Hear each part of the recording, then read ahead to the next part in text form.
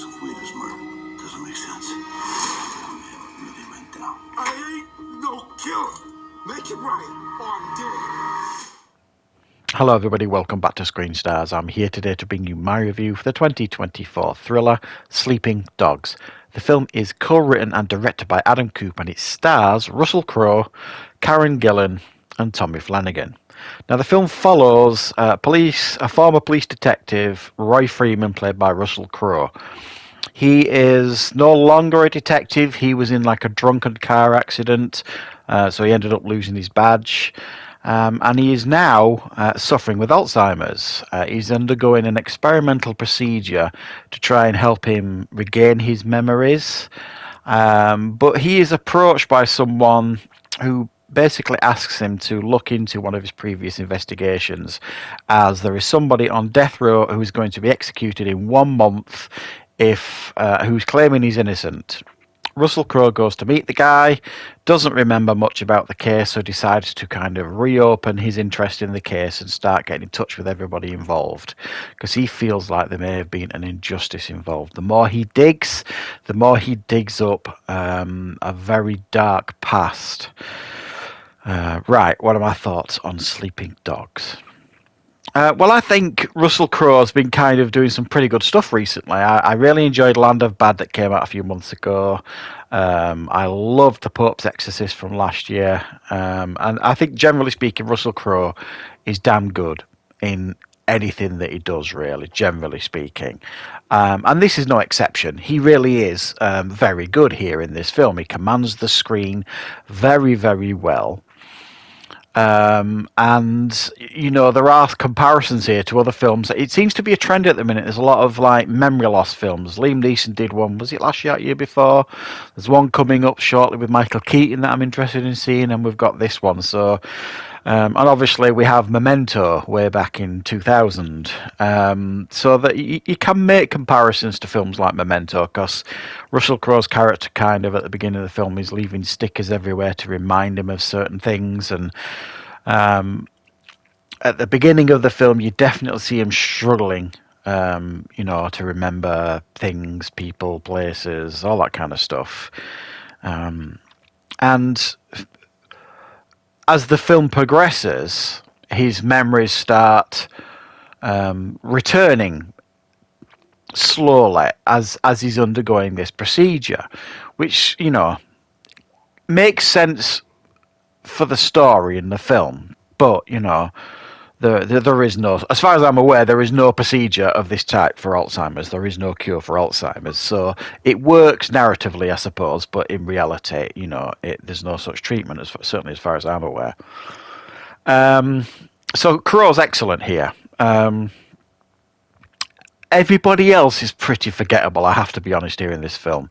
Karen Gillan plays this character called Laura Baines, who's a bit of a Black Widow, if you like. You know, she's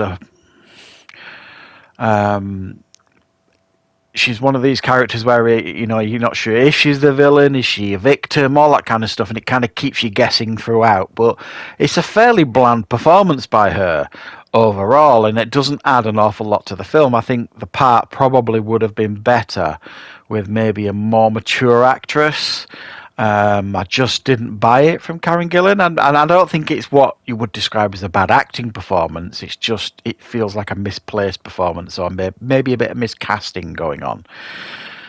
And then I think there's probably going to be a few people who are going to have a trouble with the pacing of this film. This is, you know, quite a slow burn of a film. You know, this is definitely what I would describe as a thriller. What makes this very watchable is Crowe's performance throughout. Watching him kind of...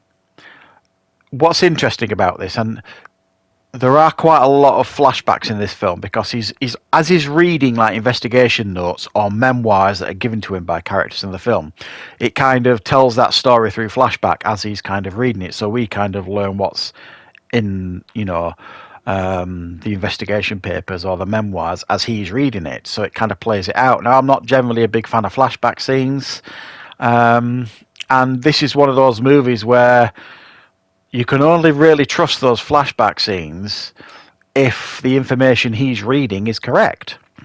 So it could be utter twaddle, the flashback scenes. It doesn't necessarily mean that what we're seeing is the facts. It's just someone's version of the facts, sort of thing. But I have to say, one of the biggest disappointments for me with this film was very early on in this film. I had an idea in my head as to what the ending was going to be. Now, admittedly, the film did a half decent job of getting me to doubt that at certain points in the film, where I'm kind of thinking, well, no, it can't be that now, no, because we've seen this and we've seen that. And then the end of the film came, and my prediction came true.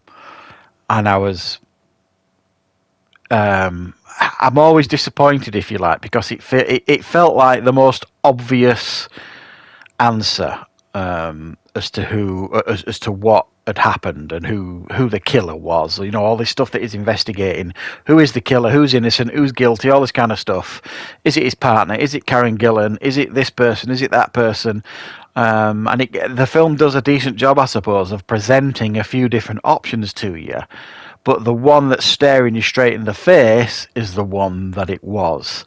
And that is what I found quite disappointing, is that it wasn't, I suppose, particularly creative in that sense.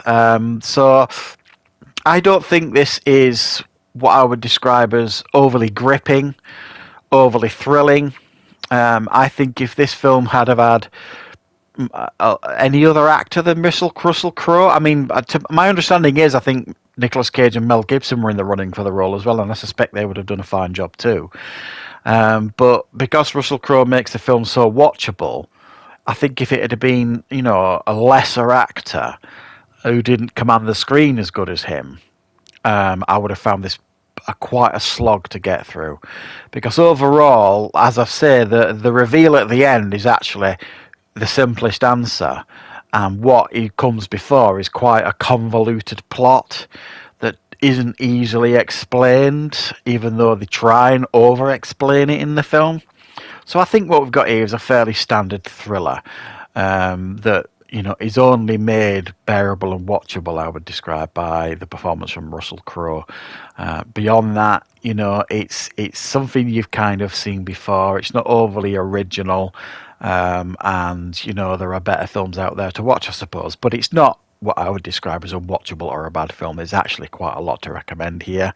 If you're a thriller fan and you're a Crowe fan, you'll probably find stuff to enjoy here. Everybody else probably give this one a miss. So thanks for watching, guys. I hope you enjoyed this review. I'll be back with more reviews and content on the channel very, very soon.